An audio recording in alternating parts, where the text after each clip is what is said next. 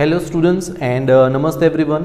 Our today's topic for your standard 9th is from your grammar part, that is figures of speech, right? Till the last lecture or in the last lecture we have completed your supplementary as well as literature part from your textbook, right? So now what we'll do is we'll do the revision of some of your grammar topics, right? So first topic what I have decided to do the revision first is your figures of speech, right? Usually figures of speech is asked for 2 marks in your examination, right, wherein you will be given the question and along with that you will be given options also, right? You need to just check out that which figure of speech is related with that question and then you need to answer it, right? So when we talk about figures of speech, right, the first thing what we need to understand is what is the meaning of that, right? So usually what happens, we all have read the poems, many poems till date, right? So every time when we read out the poem, right, the lines or the content of the poem is quite attractive. It has many different poetic effect, right? Even figures of speech is known as poetic effect. So usually there are so many different poetic effects. Means what? That means the poet uses different poetic effects which we'll study in this topic, that is figures of speech, for making the poem more interesting and attractive for the readers, right? So you all might have seen the poem, you all might have read the poem, right? When we read it literally, that means when we read it we find that something is written over there, but the actual meaning what the poet is trying to convey through that lines of the poem many a times differs. It is not exactly what the poet has written it, right? So to understand that we need to understand the figures of speech, right? So first of all let us find out what is the meaning of figures of speech, right? So as I said, figures of speech is a creation of special effect, right?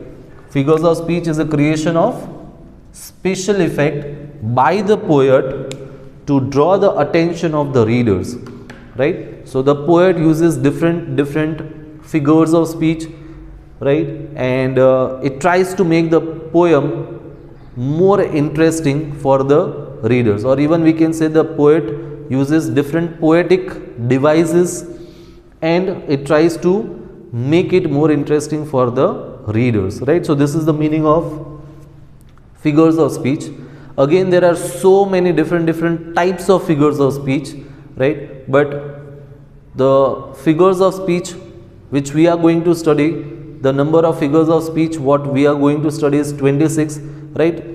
This 26 figures of speech are such which are related to your poems, and again you will find this 26 figures of speech somewhere or the other in the syllabus or the course which is there for your 9th standard, right?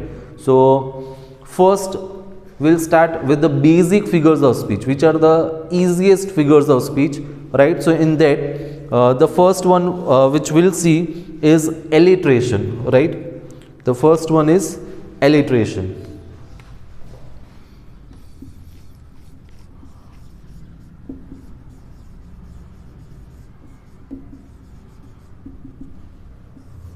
Okay, what does this figure of speech mean? So alliteration means what, right? So in this figure of speech there is a repetition of consonant sound. You all might have heard about vowels and consonant, right? So in this figure of speech there is a repetition of consonant sound, especially in the beginning of the words, right?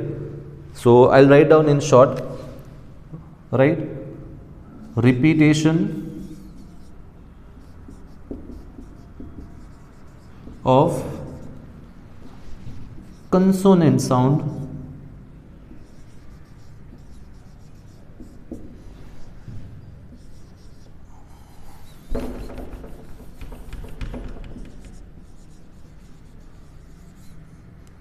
at the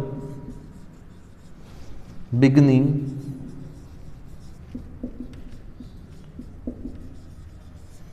of the words, right? So repetition of consonant sounds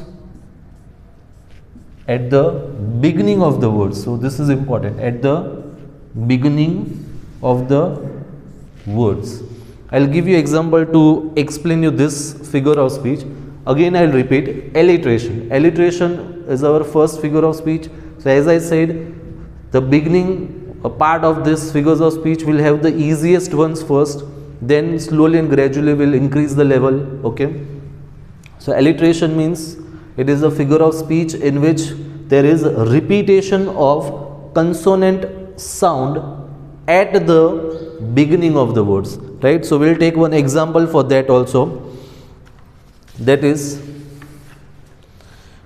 yes,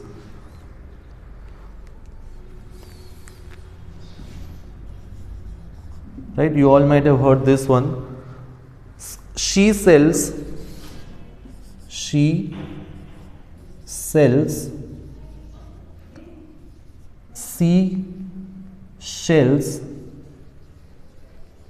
right? She sells on the sea shore. Okay, so here you can find out when you speak out this line, right? She sells, again she, see, so s, sir is the consonant sound which is repeated in these lines, right? So again we can say that alliteration is the figure of speech present in this line. Again, if we talk about the second figure of speech, right, if we talk about the second figure of speech, which is repetition,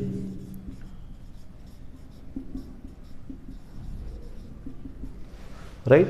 Again, if we talk about second figure of speech, it is repetition. So repetition is what, right? So usually repetition of words are done over here or the phrases to increase the musical effect of the poem, right? So we can write down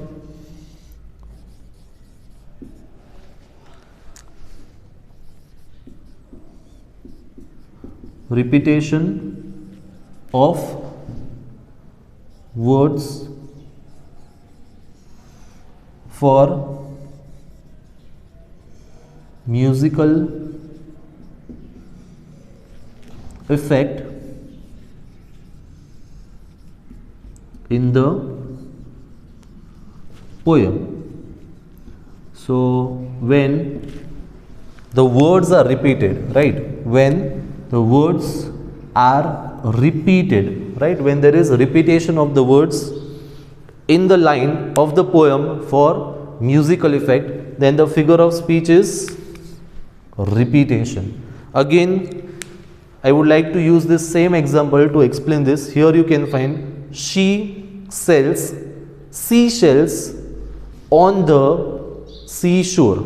So again you can find over here sea and sea, right? So the words which are repeated over here are sea and sea.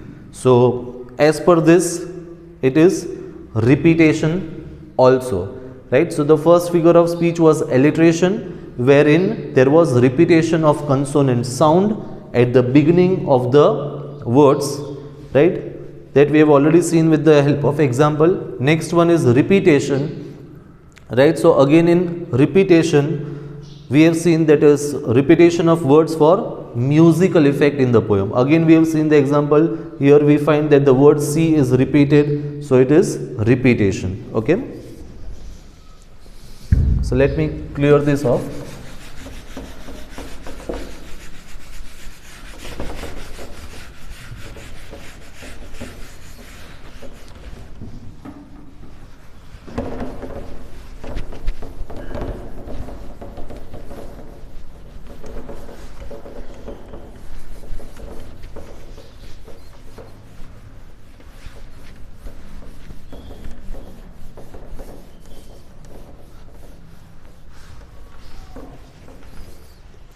Okay, now the next figure of speech which we'll see today is interrogation.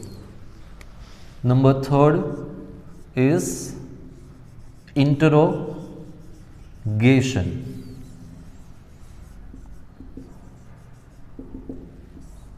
Okay, so what is interrogation? Again, we know it is a type of a sentence which usually asks question and at the end of which we find a question mark. So here also interrogation is a kind of figure of speech wherein a question is asked not for the sake of getting an answer but to create the poetic effect, right? So we'll write down the meaning. Question is asked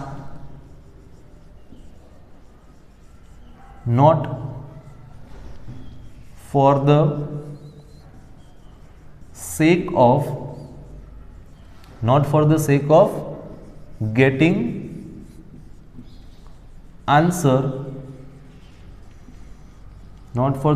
getting answer, but to create a poetic effect. Okay, but to create a poet effect. So usually we have seen in the poem, right? Usually in the poem when there is a sentence which is in the form of a question and wherein question mark is placed at the end, right? So those questions are such which are not asked for the sake of getting answer, but they are written in the poem to get a poetic effect. So to understand that, we'll take one example, right? So the example is, would you call a friend from half across the world?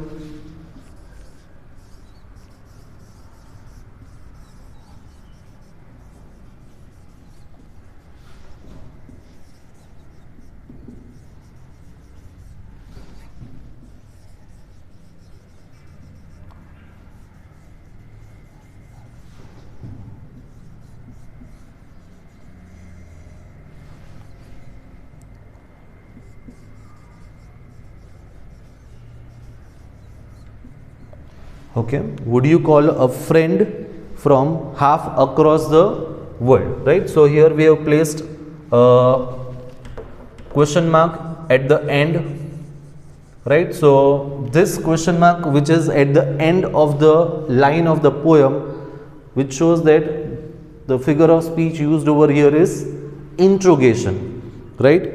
Fine. So simply, if you find a line in the poem where at the end of the sentence there is a question mark, it is interrogation. So next figure of speech which we will study is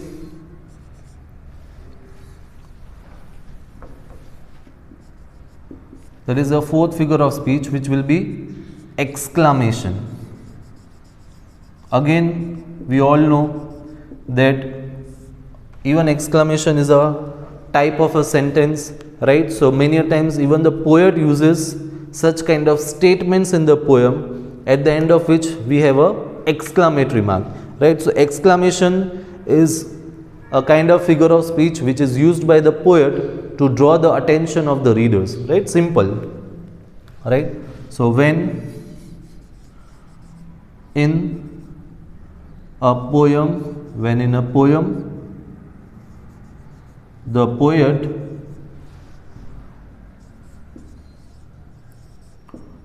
uses exclamation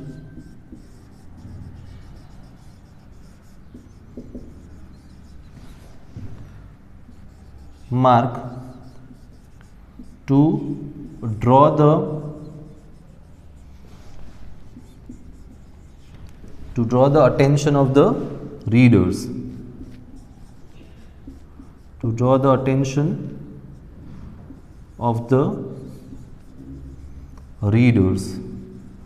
right? So for this we'll again take one example, okay, which is again from your poem number 1. Oh, I kept the first for another day. Oh, I kept the first for another day, right? Here there is exclamation mark. So this is from the poem The Road Not Taken, right? So here you can find out that at the end of the line we find an exclamation mark, and which is used to draw attention of the reader, right? So the figure of speech used over here is exclamation. Okay, so we'll move ahead, right? I hope so, because this is very easy. So now we'll try to understand some different figures of speech. Okay,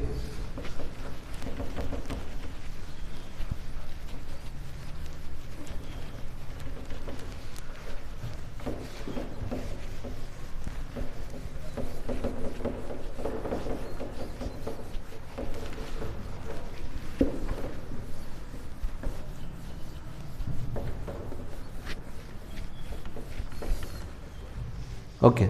Now the figure of speech which we'll study is known as simile, right? It is simile. So it is number 5.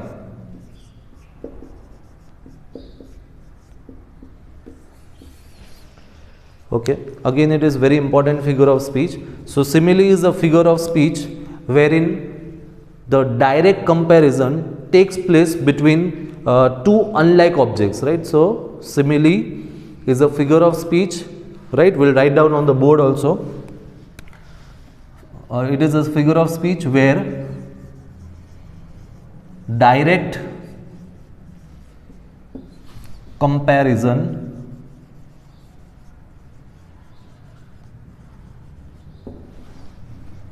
takes place, direct comparison takes place between two unlike objects, right? So here we need to underline this: direct comparison takes place between the two unlike objects, right? So direct comparison takes place between two unlike objects which have at least one common point between them, which have at least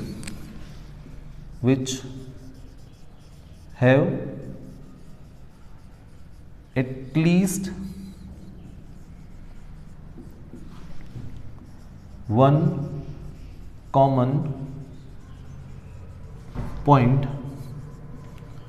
common point between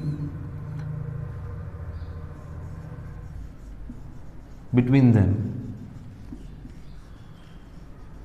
right? So again, what is important over here is which have at least one common point. Okay, so here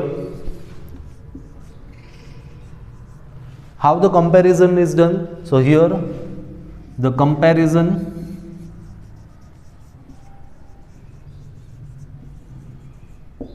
is done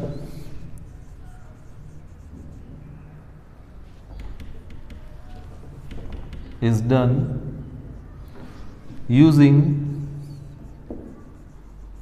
words like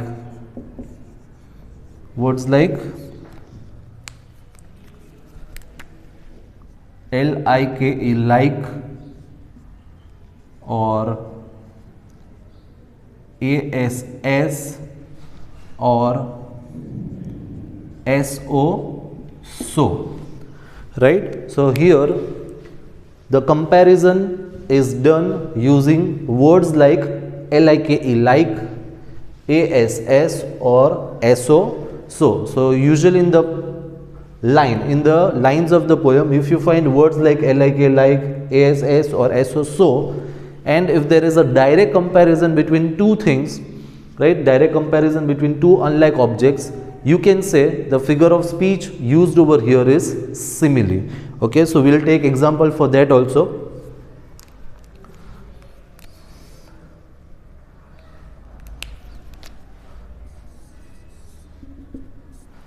Right, so example for that is,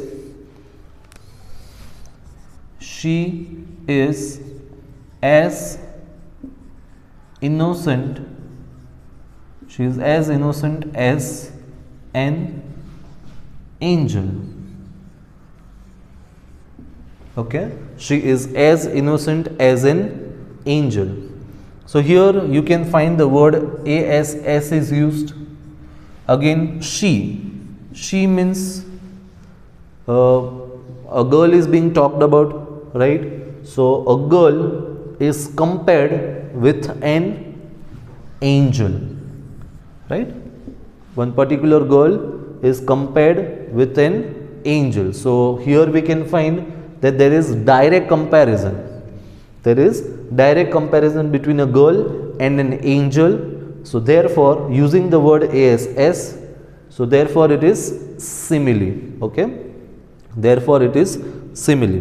Again, I'll give you another example. He fought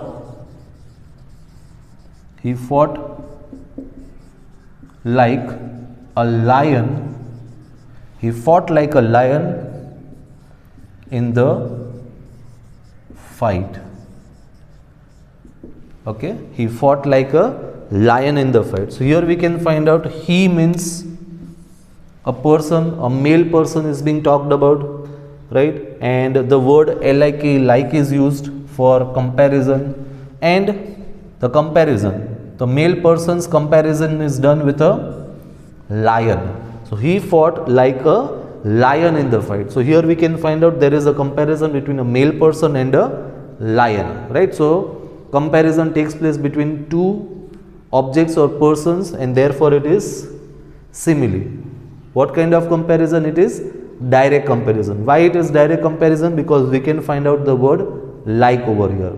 Okay, so I hope so simile is clear to you all, right? We'll take one more figure of speech which is similar to this, which is metaphor. Okay, so sixth figure of speech is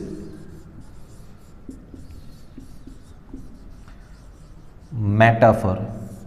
Okay, metaphor, metaphor. So metaphor is known as implied simile. It is similar to simile only. So metaphor is known as implied simile.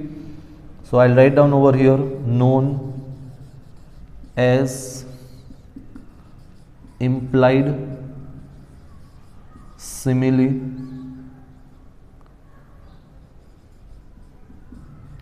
Okay, and what is the difference between simile and metaphor? So the basic difference is, here we had written that it is a direct comparison. So here we can say, here an indirect,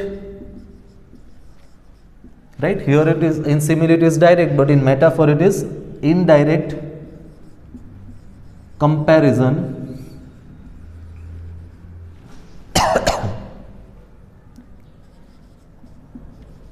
indirect comparison takes place between two unlike objects, right? So indirect comparison takes place between two unlike objects.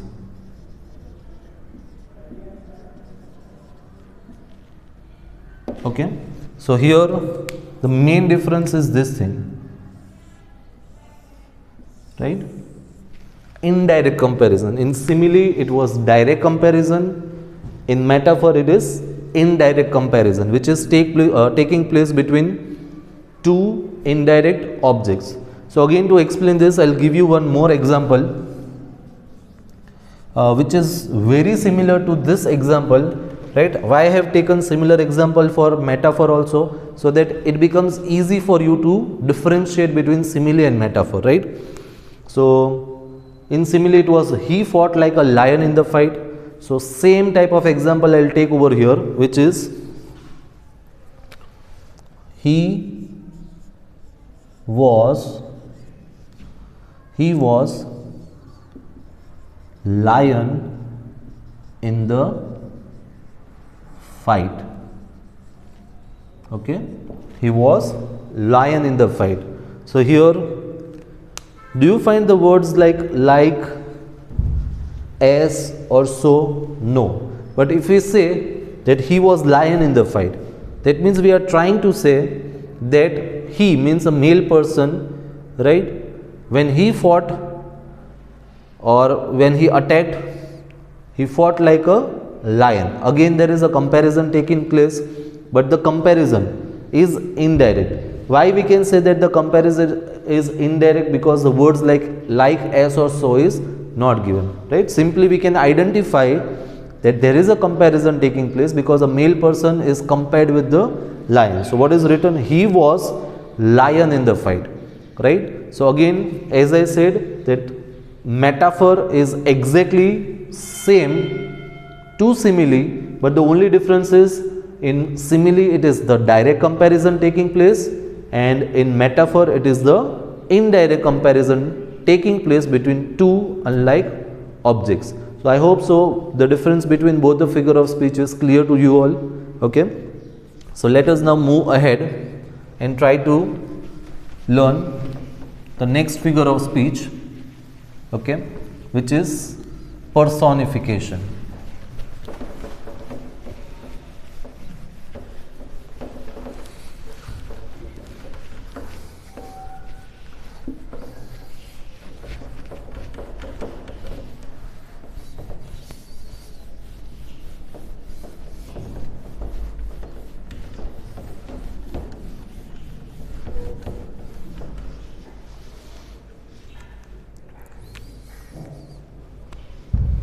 So the next one is number 7, which is personification.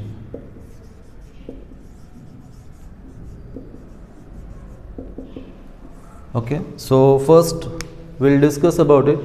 Personification, it is a kind of figure of speech wherein the non-living or inanimate objects are given human qualities, right? Many times in the poem we find out that there are some non-living things or inanimate objects, but the poet has given human qualities to it. So such kind of sentences wherein, as I said, the human qualities are given to the non-living or inanimate objects is known as personification, right? So let us write down. So the meaning of it is where or here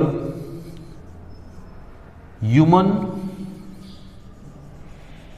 qualities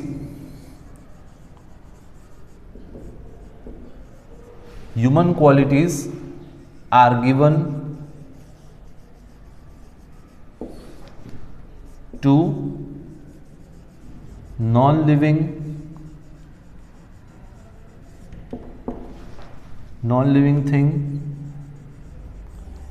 things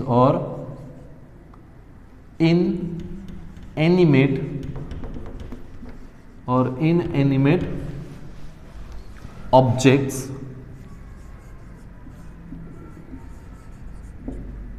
right? Here human qualities are given to non-living thing or inanimate objects as if we feel like they are given the human qualities, right?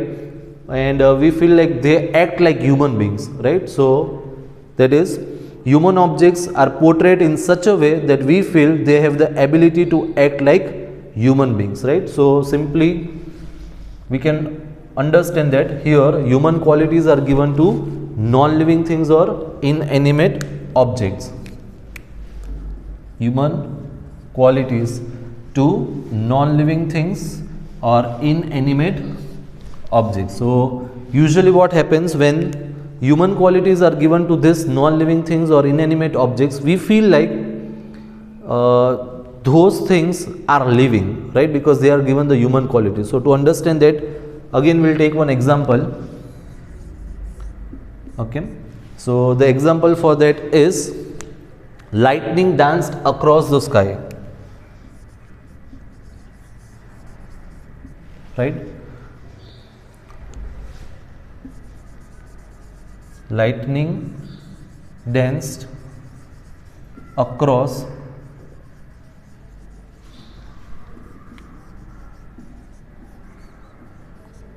Okay, lightning danced across the sky. Lightning means what?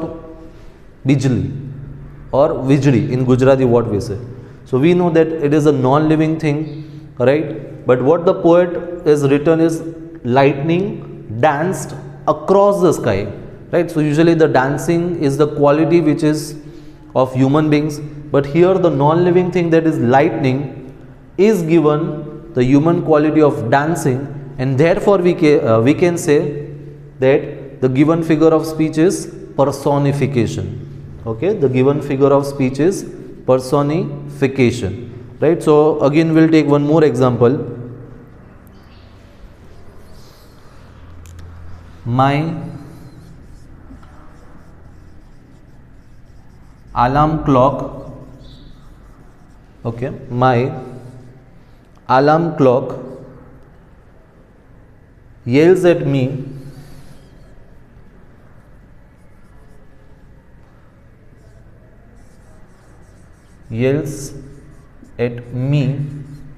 okay, yells at me to get out of bed,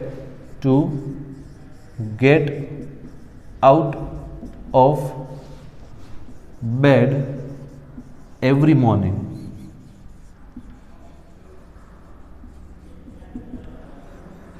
Right? So again, what is being talked about is alarm clock, right? So this again can be the imagination of the poet or the person. So my alarm clock yells means to shout at me to get out of bed every morning. So again we all know that during the morning time we all place one alarm clock, and when it sounds like that it is yelling at us to wake up or to get up. So the alarm clock, which is a non-living thing, is given the human quality of yelling or shouting. So therefore this line also is personification, right? So it is personification. Okay, so now we'll move ahead and try to understand another figure of speech, okay, which is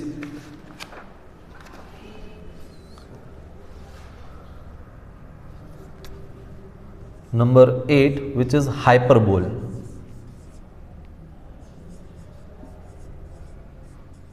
Okay, so this figure of speech is again the easiest one, hyperbole. So it is a figure of speech where overstatement or over exaggerated statements are used by the poet, is known as hyperboles. Now what is overstatement or over exaggerated statement? In Gujarati we use the word gappa, right? So such kind of sentences are known as hyperbole.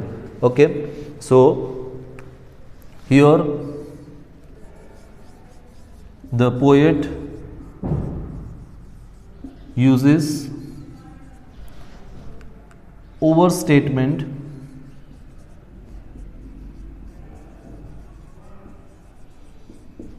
or exaggerated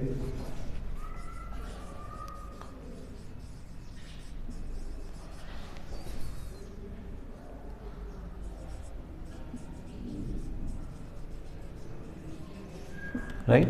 Here the poet uses overstatement or exaggerated statement to emphasize a point, right? To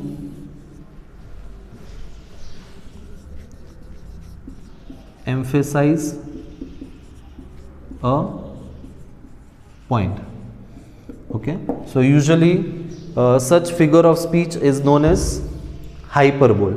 Okay, I'll give you example to make you understand this, right? The example is, she filled the ocean with tears. Example is, she filled the ocean with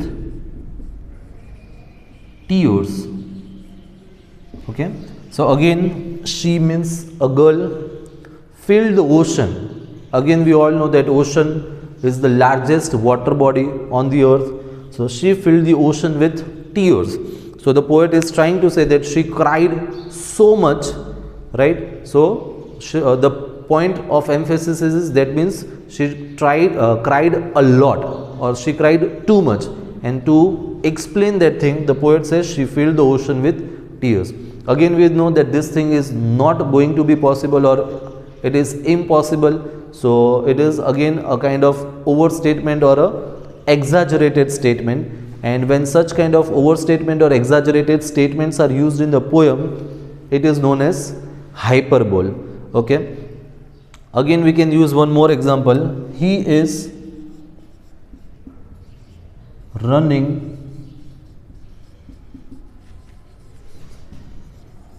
faster than light. Again, we know that light travels fastest, right? But if we see a person who runs very fast like Usain Bolt, right? So usually a statement comes out that is he is running faster than light, right? So again here it is an exaggerated statement. Again, we know that a man cannot run faster than light, right? So therefore it is overstatement or exaggerated statement, and the figure of speech used is hyperbole. Okay. So today, students, will end our lecture over here, right? As I said that we are having 26 figures of speech which we are going to study. So we'll end till here, and the remaining figures of speech we'll try to understand in the next lecture, right? So these are some of the basic figures of speech, or the easiest figures of speech. As I said, slowly and gradually the level will keep on increasing. So that's it for today. Thank you everyone for listening to me. Take care of yourself. Stay healthy. Stay safe. Bye everyone.